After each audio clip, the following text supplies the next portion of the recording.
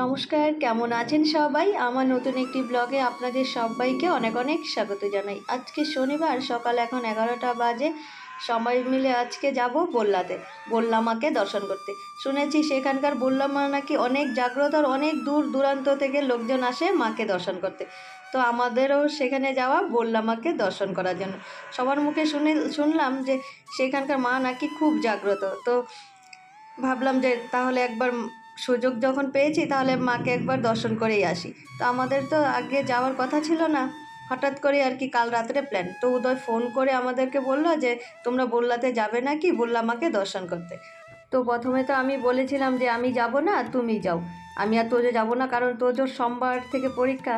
আর ছেলের যদি পরীক্ষা শুরু হয় তাহলে আমার যে এত চিন্তা হয়, মানে মনে হয় পরীক্ষাটা যেমন আমারই।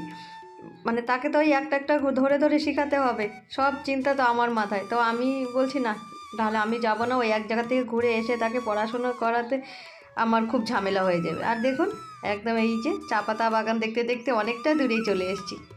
তো তাকে বলে তো দিয়েছি যে তুমি যাও, আমি যাব না, কিন্তু মনে মনে তো খুবই রাগে ছিল যে আমি যেতে পারবে না, ও যাবে, আর কেমন হবে, আমি তো যেতে পারবো না। আর ছেলের পরীক্ষাও, কিছু করতেও পারবো না। তো পরে দুজনের মধ্যে ঠিক হলো, ঠিক আছে দুজনেই যাব। আজকে শনিবার, আজকে যাব, কালকে চলে আসবো। তো কালকে রবিবার, কালকে আমরা মালদা ঘুরে তারপরে রাতের দিকে বাড়ি ফিরবো। আর আগে থেকে তো একটু শিখিয়ে রেখেছিলাম, এতটাও চাপ হবে না। আর যা করবে সব বললাম মা করবে। আমি হাত উপরে তুলে দিয়েছি যে মাকে দর্শন করতে যাচ্ছি, মাই যা লেখানোর দরকার সব পরীক্ষা মাই লেখাবে।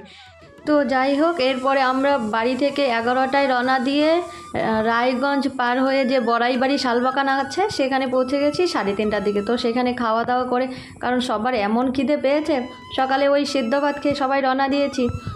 আর তারপরে তো মানে কোথায় ভাত পাই আর কোথায় ভাত পাই, মানে সেই ভাতের খোঁজ আর কি। বাঙালি মানুষ যদি ভাত না খায় তাহলে চলে বলুন তো? তো সেখানে ভাত খেয়ে, মানে ভাত না পেলে একদম মাথাই খারাপ হয়ে যায়। তো সেখানে ভাত খেয়ে দে এবার এই যে চলে এসেছি বল্লা মায়ের এখানে। আর এটা হচ্ছে মেন প্রবেশদ্বার বল্লা মায়ের, এই যে শ্রী শ্রী বল্লা রক্ষা কালীমাতার সে প্রবেশদ্বার। তো সেখানে চলে এসেছি। আর এই যে অনেক কিন্তু ভিড়, মানে এত লোকজন। আজকে শনিবার, কালকে পুজো হয়েছে, আর পুজোর দিন তো আরও অনেক ভিড় ছিল।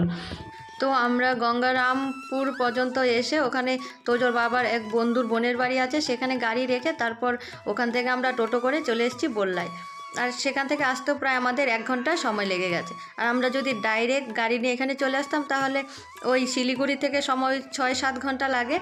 তো আমরা তো ওই থেমে থেমে এসেছি, তা একটু মানে বেশি দেরি হয়ে গেল। তো আমরা ওখানে গাড়ি রাখার কারণ হচ্ছে সবাই বলছিল যে ওখানে নাকি প্রচুর ভিড়, কারণ কালকে তো যারা যারা এসছে তারা প্রচুর ভিড় ছিল, আর গাড়ি নাকি ঢুকতে দিচ্ছিল না। তাই আমরাও গাড়ি আনিনি, যে ওখানে যদি গাড়ি না ঢুকতে দেয় তাহলে গাড়ি রাখতে আবার ঝামেলা হয়ে যাবে। তারপরে আসার পরে দেখি না, ভিড় আছে ঠিকই, কিন্তু গাড়ি রাখার ব্যবস্থাও রয়েছে সেখানে, অনেক পার্কিং রয়েছে, অনেক বড় বড় গাড়ি নিয়ে লোক মাকে দর্শন করতে আসছে, কিন্তু কোনো অসুবিধা নেই আর কি। তো যাই হোক, এবার আমরা পৌঁছে গেছি মায়ের একদম মন্দিরের সামনে। আর মায়ের প্রসাদও নেওয়া হয়ে গেছে।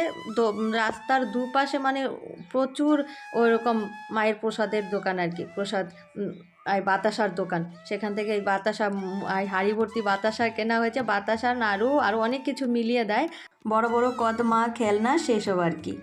আর এখানে এসে আরেকটা জিনিস দেখতে পেলাম, সেটা হচ্ছে মায়ের মন্দিরের সামনে দেখে ওই যে কদম ফুল বেঁধে দিচ্ছে, মানে সবাই প্রসাদ যখন কেনা হচ্ছে তার সাথে সাথে কদম ফুলও কিনে মায়ের মন্দিরের সামনে, মায়ের মন্দিরের ভিতরে, এই দেখুন এই পাশ দিয়েও বাঁধা আছে কিন্তু। তো আমরাও মায়ের মন্দিরের সামনে কদম ফুল বেঁধে ওই 10 মিনিটের মতো লাইন ধরে এই যে মায়ের দর্শন পেলাম। আর মায়ের মুখটা দেখুন কত মায়াবী। আর মায়ের যা অলংকার দেখছেন সবই কিন্তু সোনার।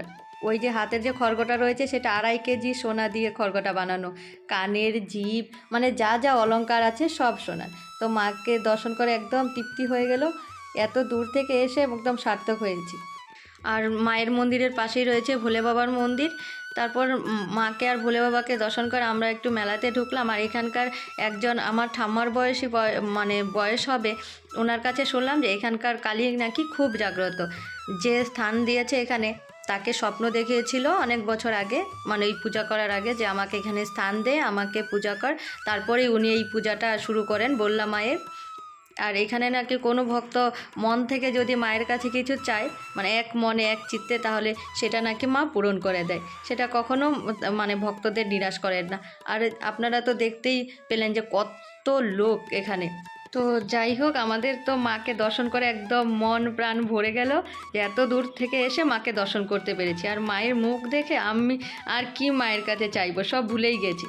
তো এবার এই যে রওনা দিয়েছি এখন আমরা গঙ্গারামপুরের দিকে। আজকের রাতটা ওই গঙ্গারামপুরেই থাকবো, কালকে রওনা দিব মালদার দিকে। মালদাতে ওই রাজবাড়ি টাড়ি আছে, সেসব দেখে তারপর রওনা দিব বাড়ির দিকে, মানে কালকে আমরা বাড়ি ফিরবো। আর এই দেখুন তোজো একটা এই যে মুখোশ কিনেছে, দেখে কেমন ভয় লাগছে না বলুন তো। তো যাই হোক, এখানে যে বললাম মায়ের পূজাটা হয়, সেটা বাৎসরিক পূজার সময় মায়ের মূর্তিতে পূজা করা হয়। আর সারা বছর কিন্তু ওই ঘট পূজা করা হয়। ওই 2-3 দিন মেলা থাকে, তারপরে বিসর্জন দেওয়া হয়। তো আমরা মাকে দর্শন করে এখন চলে এসেছি ওই গঙ্গারামপুরের একটা হোটেলে, আজকে রাতটা কাটাবো। আর এখানে আসলে আপনারা গঙ্গারামপুর থেকে অবশ্যই দই বা ঘি নিয়ে যাবেন। এখানে একদম খাঁটি দই আর ঘি পাওয়া যায়, ক্ষীর দই, খুব মানে স্বাদ হয় খেতে।